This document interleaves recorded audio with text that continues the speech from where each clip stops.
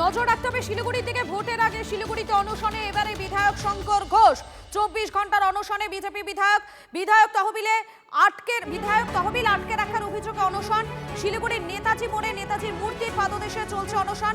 আপনারা আমাদের সঙ্গে রয়েছেন আমাদের প্রতিনিধি সরাসরি প্রসেনজিৎ রয়েছেন একেবারে। প্রসেনজিৎ, বিধায়ক শঙ্কর ঘোষ তিনি একাধিক ইস্যুতে সরব হয়েছেন, আর এবারে তিনি সরাসরি অনশনেই বসলেন।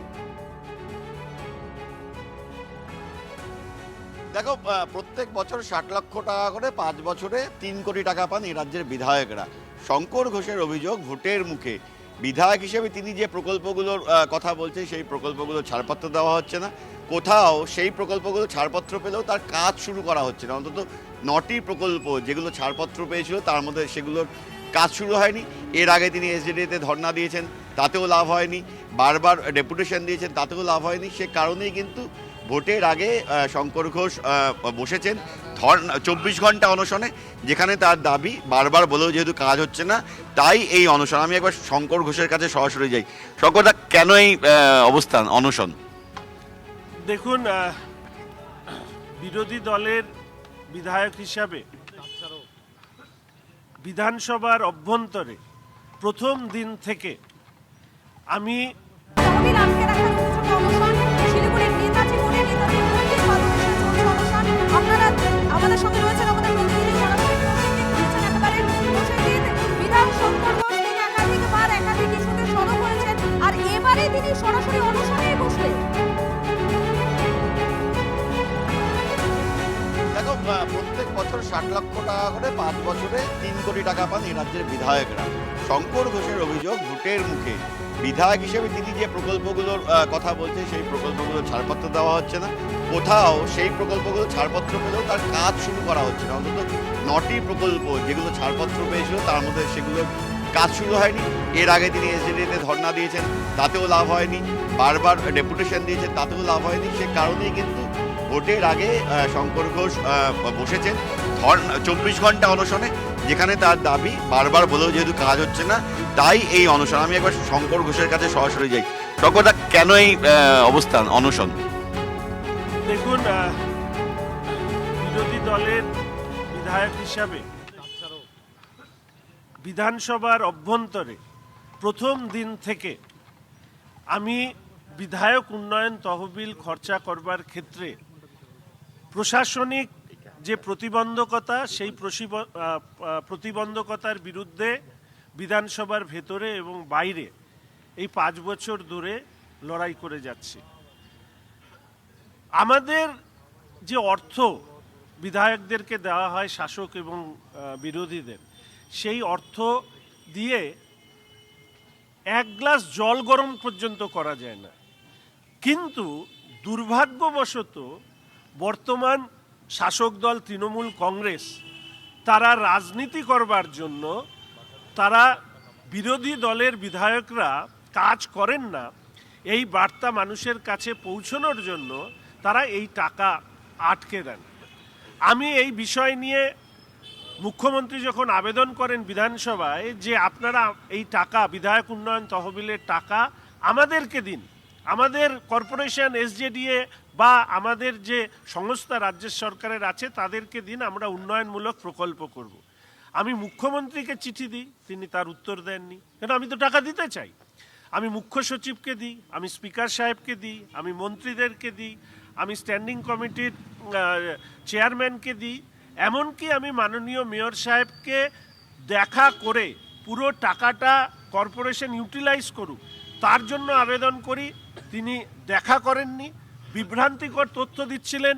আমি ওনাকে আবেদন করেছিলাম যে খোলা মাঠে বিতর্ক হোক, উনি দীর্ঘদিনের রাজনীতিবিদ। আমিও কিছু প্রশ্ন ওনাকে করি যে কেন বিধায়ক উন্নয়ন তহবিলের টাকা এইভাবে আটকে আছে। উনি মানুষকে উত্তর দিয়ে দেবেন, কেননা উনি শাসক দলের প্রতিনিধি শুধু নয়, উত্তরবঙ্গের তিনি সুপার পাওয়ার হিসাবে, মানে এক্সট্রা অর্ডিনারি পাওয়ার হিসাবে তিনি সব কিছু কাজ করে থাকেন।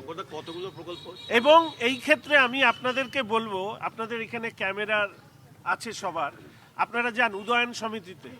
আমি ট্রাফিক আমাদের ফেন্সিং দেওয়ার জন্য ওই ক্লাব থেকে আবেদন করা হয়েছিল। আমি 4 লক্ষ 5 লক্ষ টাকা মতন আমি দিয়েছিলাম। সেই জায়গায় এনবিডিটিকে দিয়ে প্রায় 6 গুণ টাকা, 30 লাখ না কত টাকা দিয়ে সেখানে আমার কাজ বন্ধ করে কাজ শুরু করা হয়। এখন গিয়ে দেখুন, আজকে সবাই যাবেন উদয়ন সমিতিতে, গিয়ে দেখুন কি কাজ করেছে। মনে হয় 2-3টা পিলার বানিয়ে ছেড়ে দিয়েছে। এই যে বাড়তি অর্থ বরাদ্দ, কেন বাড়তি অর্থ বরাদ্দ? তার কারণ এইখান থেকেই যে টাকা আসে সেই টাকা দিয়ে শাসক দলের কাউন্সিলর থেকে শুরু করে নেতাদের বড় বড় বাড়ি, গাড়ি, জমি, সম্পত্তি রকেটের গতিতে বৃদ্ধি পায়। সারা শিলিগুড়ি শহরে কলোনিগুলোতে অবস্থা শোচনীয়। মানুষ পানীয় জল পায় না, ইলেকট্রিসিটির অবস্থা খারাপ, ড্রেনের অবস্থা খারাপ, পরিষেবা পুরো ভেঙে পড়েছে। অথচ শাসক দলের সম্পত্তিদের কোটি কোটি টাকা তারা আয় করছে এই সরকার এবং তার বোঝা যাচ্ছে একগুচ্ছ অভিযোগ। মূলত বিধায়ক তহবিল আটকে রাখার অভিযোগকে সামনে রেখে এই 24 ঘন্টার অনশনে বসেছেন তিনি। আপনাদের দিকে তুমি নজর রাখো, আপাতত তোমাকে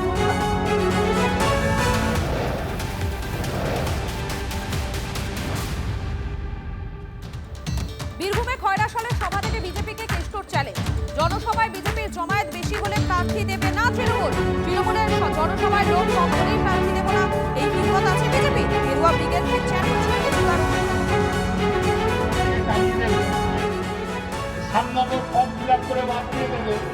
আমরা আঙুল চুষব। তোমরা 7 নম্বর ফর্ম ফিল আপ করবে, আমাদের ভোটার তালিকা থেকে বাদ দিয়ে দেবে, আর আমরা আঙুল চুষব না।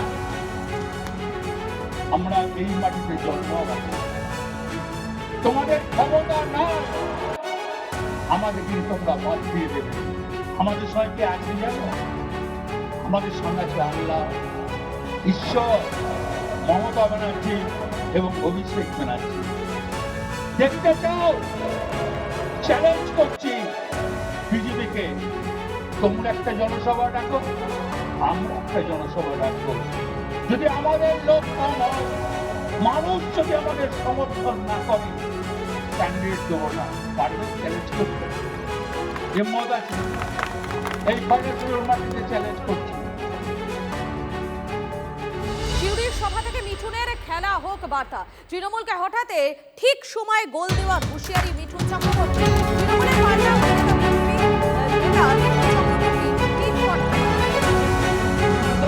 খেলা হবে, বড় খেলা হবে, কিন্তু বলে রাখি এক টিম নিয়ে খেলা হয় না। এবার মাঠে আমরাও নামবো, দুজনে মিলে খেলবো, দুজনে মিলে খেলবো।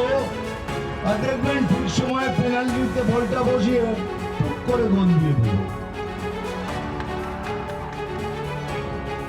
তো খেলা হবে, নিশ্চয়ই খেলা হবে। এই খেলাতে এবার আমরাও যোগদান করব।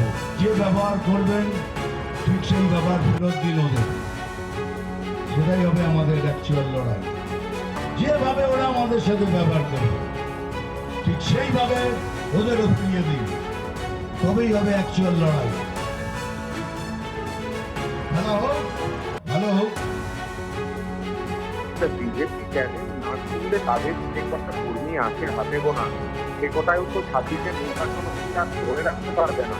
কারণ বিজেপি বুঝে গেছে যে 26-এ তাদের খেলা করার জায়গাতেই নেই। যারা মাঠের বাইরে যারা নিজেদেরকে বিজেপির কোচ হিসাবে মনে করছেন, তারা এসে একটু অক্সিজেন জোগানোর চেষ্টা করছেন, এতে কোনো লাভ হবে না। একদম পুরোটাই শুধু বোকার টনিক, কিন্তু ওই টনিক কোনো কাজ হবে না। টনিক আগেই বাংলা মানুষ বুঝে গেছে যে ওটা পেতো টনিক, ওই জন্য বাংলা মানুষ খেতে রাজি নয়।